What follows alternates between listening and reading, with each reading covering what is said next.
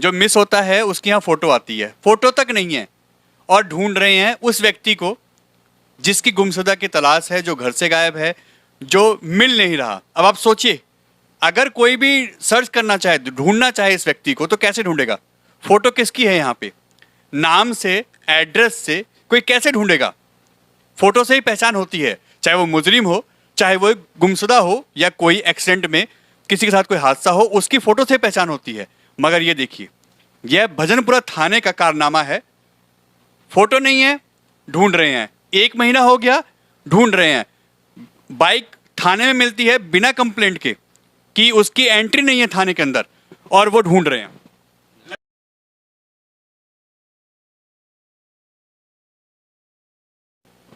नमस्कार दोस्तों, मैं आपका दोस्त, आपका साथी चंद्रजीत शर्मा। इस समय हम हैं भजनपुरा इलाके में, और हैरत की बात देखिए, ये थाना भजनपुरा पड़ता है, और उसके कारनामे आप सुनेंगे। थाना के जो प्रभारी हैं, जो वहाँ के पुलिसकर्मी हैं, उनके कारनामे सुनेंगे तो आप हैरत में पड़ जाएंगे। किस तरीके से भजनपुरा थाना काम करता है, ये हम आपको जीता जागता उदाहरण दिखाते हैं और सुनवाते हैं उनकी जिनके ऊपर ये बीत रही है। 13 जुलाई को एक लड़का जिसकी उम्र करीब 24 से 25 साल के आसपास है, वो रात में अपने घर से चला जाता है। उसकी मिसिंग की रिपोर्ट भजनपुरा थाने में लिखवाई जाती है। 1 महीने से ज़्यादा हो गया, अभी तक कोई सुराग नहीं है। जो आईओ हैं कुलदीप, हेड कांस्टेबल, वो अभी तक इतनी भी जहमत उठाने नहीं आए कि आके इस गली में पूछताछ करते, या इस फैमिली से या आसपास के रहने वाले लोगों से बातचीत करते कि आखिर ये मामला है क्या। कोई सीसीटीवी नहीं खंगाली गई, कोई बात नहीं कही गई।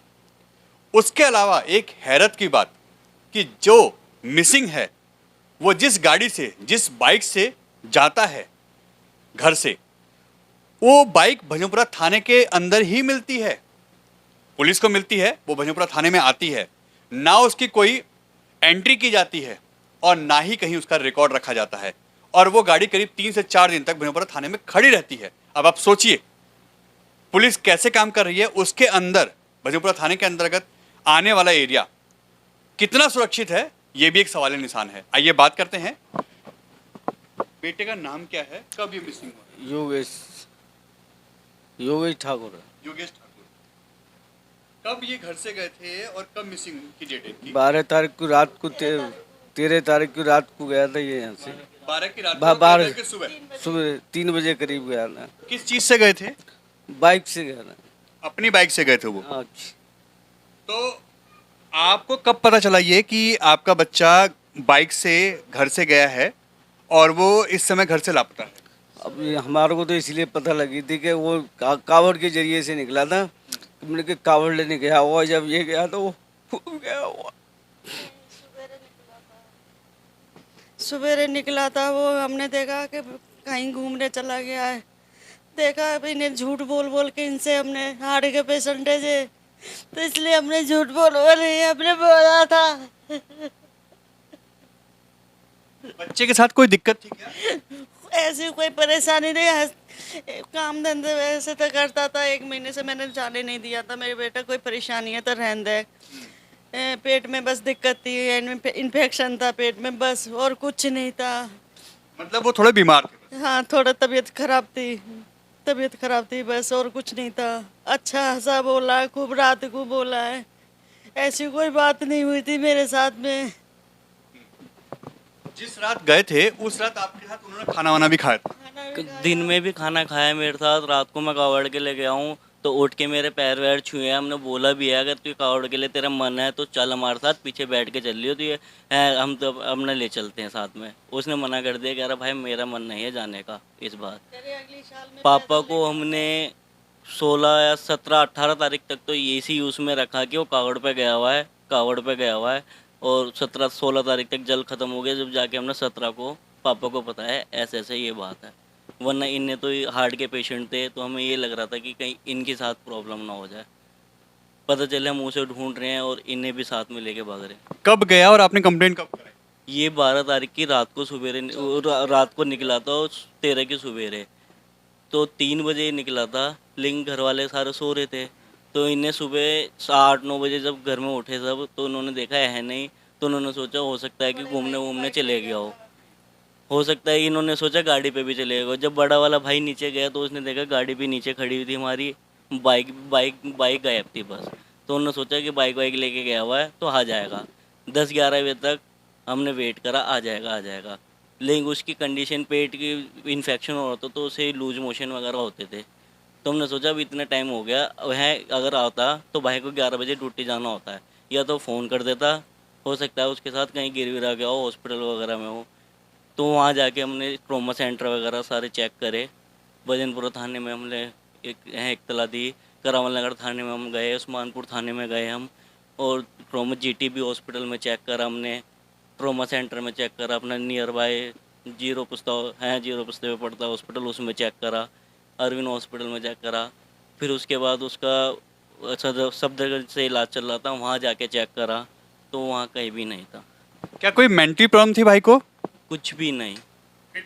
एकदम मैं माइंड से इतना फिट था, आप किसी से भी जाके गली में पता करोगे तो उसके जैसा माइंडेड बंदा कोई नहीं बताएगा।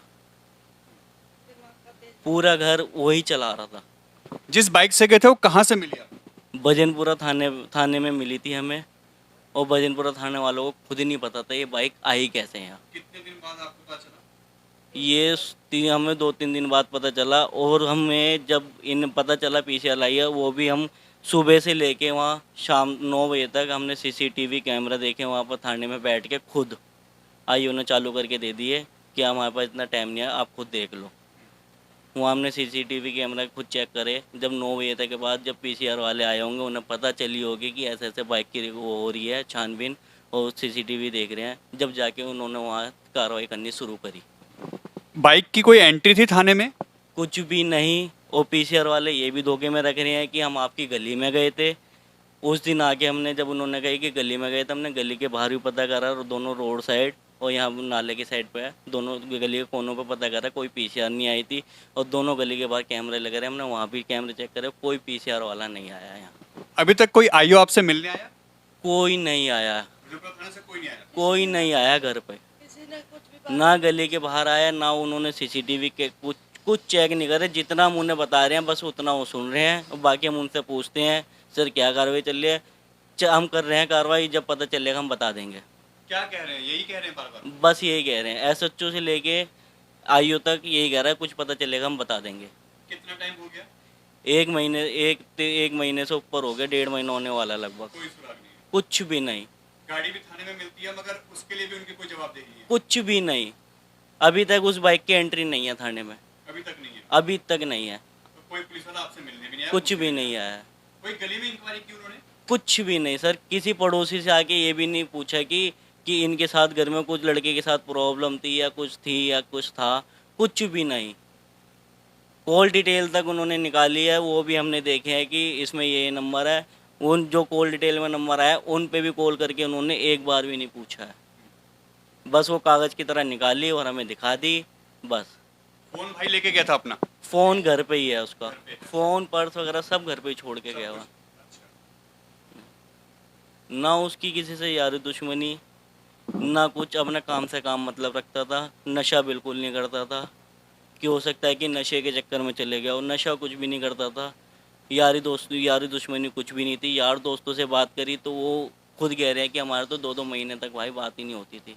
जरा मुझे उसके भाई की फोटो दिखाइएगा। मोबाइल में निकाल दे। नहीं यही दिखा दीजिए जो भी है आपका। एक ही है उसकी, और ये उसने अभी बीच में बाल कटवा लिए थे, ये है मोबाइल में से दिखा, वो बाल वाली कहाँ गई? जी। ये 2 फोटो हैं, और बाकी मोबाइल में उसकी जो करंटली फ़ोटो है। तो पुलिस ने आपसे जो फोटो तो कुछ ली? फ़ोटो वगैरह कुछ भी नहीं ली उन्होंने। जो जिप नेट पे भी चढ़ाया हुआ उस पर भी फ़ोटो अपडेट नहीं कर रखी। बिना फोटो के सर्च कर रहे हैं? जिप नेट पे भी जो उन्होंने चढ़ाया हुआ है उस पर भी उन्होंने फ़ोटो अपलोड नहीं कर रखी। मैंने जिप नेट पे चेक करा तो उन्होंने कोई फ़ोटो अपडेट नहीं कर रखी। मेरे पास उसका स्क्रीनशॉट भी है, मैं अभी आपको दिखाता हूँ। ये देखिए, जिप नेट पे यही पूरा एड्रेस वही है, कोई फोटो नहीं है। यहाँ फोटो नहीं है। जो मिसिंग है, जो मिस होता है उसकी यहाँ फोटो आती है, फोटो तक नहीं है। और ढूंढ रहे हैं उस व्यक्ति को जिसकी गुमशुदा की तलाश है, जो घर से गायब है, जो मिल नहीं रहा। अब आप सोचिए, अगर कोई भी सर्च करना चाहे, ढूंढना चाहे इस व्यक्ति को, तो कैसे ढूंढेगा? फोटो किसकी है यहाँ पे? नाम से, एड्रेस से कोई कैसे ढूंढेगा? फोटो से ही पहचान होती है, चाहे वो मुजरिम हो, चाहे वो गुमशुदा हो, या कोई एक्सीडेंट में किसी के साथ कोई हादसा हो, उसकी फोटो से पहचान होती है। मगर ये देखिए, यह भजनपुरा थाने का कारनामा है। फोटो नहीं है, ढूंढ रहे हैं। 1 महीना हो गया, ढूंढ रहे हैं। बाइक थाने में मिलती है बिना कंप्लेंट के कि उसकी एंट्री नहीं है थाने के अंदर, और वो ढूंढ रहे हैं। लग नहीं रहा कि ये लोग लापरवाही बरत रहे हैं? सब पूरी लापरवाही है। हमने दुनिया भर की इधर से जितनी अपने लेवल पर सोर्स थी कि कोई पुलिस वाला जानकार है तो उससे फ़ोन करवा लिया, कोई भाई जानकार है तो उससे फ़ोन करवा लिया, सबसे यही रिप्लाई कर रहे हैं कि कार्रवाई कर रहे हैं, कुछ पता चलेगा तो बता देंगे। आईओ का अभी तक कुछ भी ना कॉल आता है उनका, ना कुछ पूछते हैं वो, कुछ भी नहीं अभी तक। 1% भी उन्होंने, पुलिस ने ऐसा कुछ काम नहीं करा कि जो हम कह सके पुलिस कुछ कर रही है। अब आप खुद सोचिए, जो व्यक्ति जिसकी तलाश दिल्ली पुलिस की थाना भजनपुरा के एसएचओ कर रहे हैं, कुलदीप हेड कांस्टेबल जो आईओ हैं इस केस के, वो कर रहे हैं, उसकी फोटो तक अपलोड नहीं है। एक फोटो भी घर पे लेने नहीं आए। किसी भी व्यक्ति से, चाहे घर के या बाहर वाले से, कोई पूछताछ नहीं की गई। सीसीटीवी नहीं खंगाला गया। जो उस व्यक्ति के साथ जो बाइक थी जिससे वो अपने घर से गए थे, जैसा फैमिली के लोग बता रहे हैं, वो भजनपुरा थाने के अंदर ही खड़ी मिलती है। जब इस पर पूछा जाता है कि कहाँ से मिली, तो बताते हैं सर्विस लाइन या मेन रोड से मिली है, मोहन नर्सिंग होम है उसके आसपास से मिली है। अब आप सोचिए, वो बाइक थाने में आके खड़ी होती है, कोई एंट्री नहीं, कौन लाया, कौन छोड़ के गया, ये तक पता नहीं। तो आप सोचिए कितनी मेहनत कर रही है दिल्ली पुलिस की, ये भजनपुरा थाना के जो भी कर्मी हैं, आईओ हैं और एसएचओ साहब हैं। अब आपको लगता है क्या कि हकीकत में ये सीरियस है ऐसे मैटर को लेके?